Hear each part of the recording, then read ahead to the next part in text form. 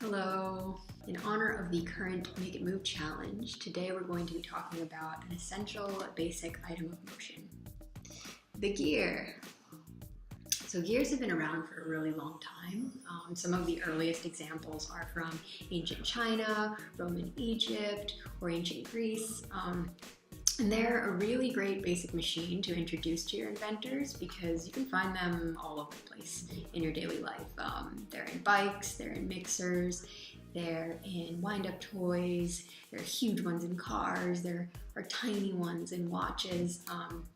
So it could be fun to challenge your inventors to think about where else they see gears in daily machines. So today, I'm actually going to show you how to make some gears, plus make a bit-ified gear rig. That way your inventors can experiment with gears and unlock their special powers. So let's first start by making some gears. So the simplest definition of a gear is that it's a wheel with teeth, basically a round thing with teeth. And if you want two gears to work together, it's a bit tricky because the teeth actually have to mesh perfectly. So they need to be the same size and the same shape. So for example, these two gears mesh because their teeth are the same size and same shape and they can work together. This makes it really tricky to make them by hand because it can be hard to get that exact by hand. But we have some tricks and I'm going to share with you two ways that you can make gears. So the first way is the really easy way, and for that you just need cardboard. And the first thing you want to do is just cut out some circles, which I know can be pretty tricky because cutting out perfect circles by hand can be tricky. So you want to cut out a perfect circle, as perfect as you can get it. And then you want to find some cardboard that's corrugated. And if you don't know what corrugated means, corrugated cardboard is when there's a piece of paper on the bottom, piece of paper on the bottom, piece of paper on the top, and then in the middle there's this wavy corrugation. So that's corrugated cardboard. And you want some that's fairly thick like this. You don't want anything that's too thin. Like I have this piece here. You want something a little heftier, like this one. What you want to do, and you can get your inventors to help you with this, is actually strip off one layer of the paper, that top layer. So you end up seeing the ribbing underneath like that. When you get all of it off, you'll end up with something like this, which is just the corrugated part with one piece on the bottom. And then you want to cut this into strips. And these are actually going to be the teeth of your gear. So what you'll end up doing is just gluing this all the way around your gear. Your circle to make a gear. And you'll see that when you connect it, it meshes really nicely with each other. And that's really the easiest, most low-key way to make a homemade gear. And you can make them in all sorts of sizes, which I've gone and done as well. Cool. So that's one way. It's a really easy way that you can get your inventors to help you with. The second way, which is slightly more advanced, is really only if you have access to a laser cutter. Because laser cutters are really good at getting exact cuts that you can't get by hand. So what you'll want to do first is actually make the gears on your computer. And there are lots of ways to do this. My favorite way and the easiest way is to go to this website called geargenerator.com. So I'll show you what that looks like. So you go to this website and you'll see they already have some gears there. I'll delete these other two. And what you can do is you can change the pitch, you can change the size, you can change the number of teeth, you can change all these other fancy things and make the gears that you want. And then when you're ready to laser cut them, you can actually export this as a file that you can open and print on your laser cutter, which is really convenient as they take care of a lot of the hard work for you.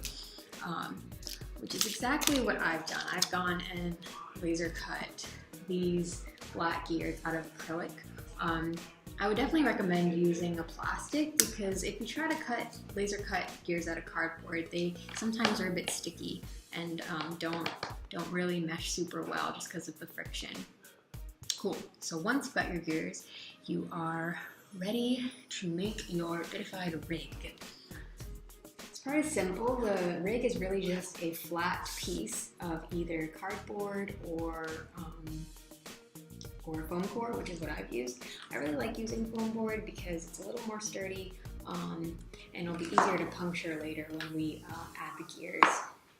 And all I've done is elevate it a little bit by taping on these wooden blocks, but you can use anything to elevate it. Textbooks, more cardboard, whatever you have lying around that works for you. The reason why it's elevated is so that I can mount the DC motor on the side. This is really just attached with a little strip of adhesive underneath there, and then some tape all the way around. I put the tape in as a reinforcement so that it stays super straight and sturdy, because you're gonna want it to stay nice and straight up when you attach your main gear to it. Right, so that is that part. And I've made a circuit to go along with it to help us control the speed of that main gear, which looks like this. It's just the power plus a slide dimmer, that could be a normal dimmer too, to control the speed, and a wire just to give us a little more flexibility with the distance. And that's pretty much it. That is your rig. And this is what it looks like when you attach the gears to it. That's how it works. So in order to attach the gears, you actually need a way to attach it to this shaft. The easiest and most convenient way is to use the littleBits motor mate, which is a little white piece that's attached in here. So what I've done with the main gear, is I cut a hole that's the size of the motor mate, and then I just stuck the motor mate in the bottom, just like that.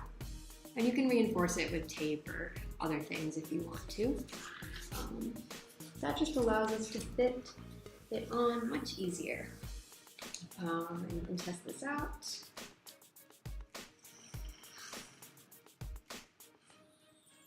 Cool, so it's working. And now if you wanted to add another gear to mesh with that one, all you have to do is take your gear and take a push pin, just like this one, just a basic push pin.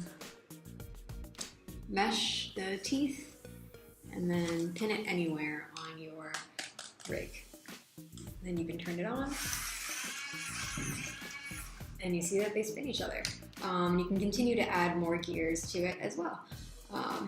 So the size of this rig really doesn't matter. It's really whatever you want it to be. I like this size just because it's really easy for me to take around, and it fits nicely on the video screen. So this one is like about the size of an A4 or letter size piece of paper. But you can make it much bigger if you have a lot more inventors working on one rig at once, or you can make a small compact one like this one. So now that you've got your gears and your rig all set up, you're ready to play around with this and experiment. I think gears have three main special powers. So one is that they can change direction, 2 is that they can change speed, and 3 is that they can change twisting force or torque. I'm going to demo a little bit how you can show the first two, direction and speed. Torque is a little more advanced, and you can get into that and try to play around with ways to explore that in the future, or if you have more advanced inventors. But we'll do a demo on direction and speed. I'll use my plastic gears for this one. So first, let me attach that main gear on. Make sure it's very cool. First thing you can ask your inventors to know is which way does the gear spin? So this one is going in this direction. And if you want, you can even mark it with a little arrow so you can remember which direction it's spinning. And then when you add another pin, with another gear, what happens to the direction? This one is actually going in the opposite direction. So this is just a really simple demo of how gears change each other's direction. So that is superpower number one. The second one that you can demo is about changing speed. A nice way to tell how fast two gears are going relative to each other is using little dots. So you just show it traveling around, and if you attach another gear next to it again, and you put them on opposite sides, if these are going at the same speed, these dots should both come back to the same place at the same time. So let's see what happens.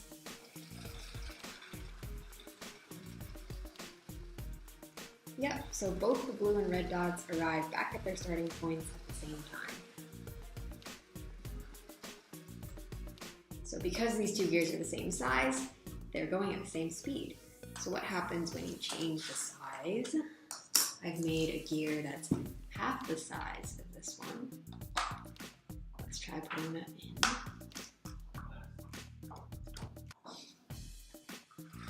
You'll notice that this blue dot is definitely traveling much faster than the red dot. So a smaller gear will go a lot faster than a larger one. And that is superpower number 2 of gears. So yeah, I think that covers the basics about gears and their powers, and it's definitely something you can pretty easily go over with your inventors using this sort of rig, Bit-ified rig. There are lots of ways you can level up this rig. You can go into the more advanced techniques like torque. You can talk about different types of gears. There are lots of gears that you can talk about, like bevel gears, worm gears, non-circular gears, external and internal gears. You can play with the shape and the pitch of your gear teeth too.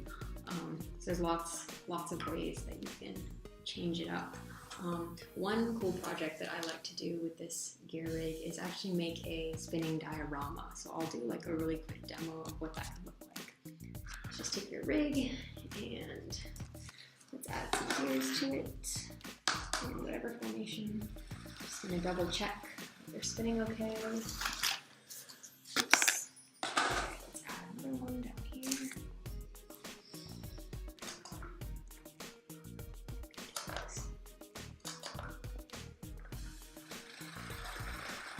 Cool. And now you can just add whatever decorations you want to each of these. It could be as simple as just colored pieces of paper that have decorations.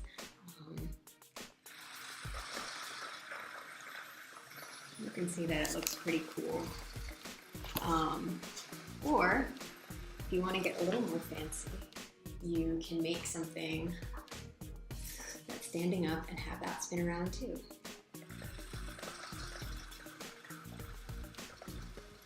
There goes the person.